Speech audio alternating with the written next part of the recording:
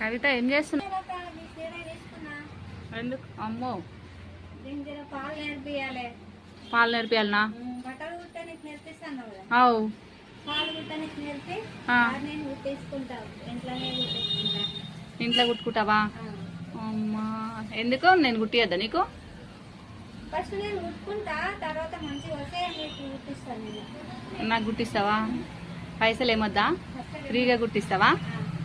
అమ్మా మరి ఎప్పుడు నేర్చుకుంటున్నావు? ఎప్పుడు వస్తావు మళ్ళీ నేర్చుకోనికి? ఈరోజు కొంచెం చూపి ఎట్లయినా. ఈ రోజే చూపించాలనా? ఈరోజు మంగళవారంగా మంచిగా ఉంటుంది అంటావా? రేపు చూపి.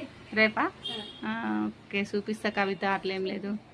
మరి ఊరికే పైసలు పెట్టే బదులు నేను నేర్చుకుంటే అయిపోతుంది కదా. అవు పైసలు నాకే మిగులుతాయి.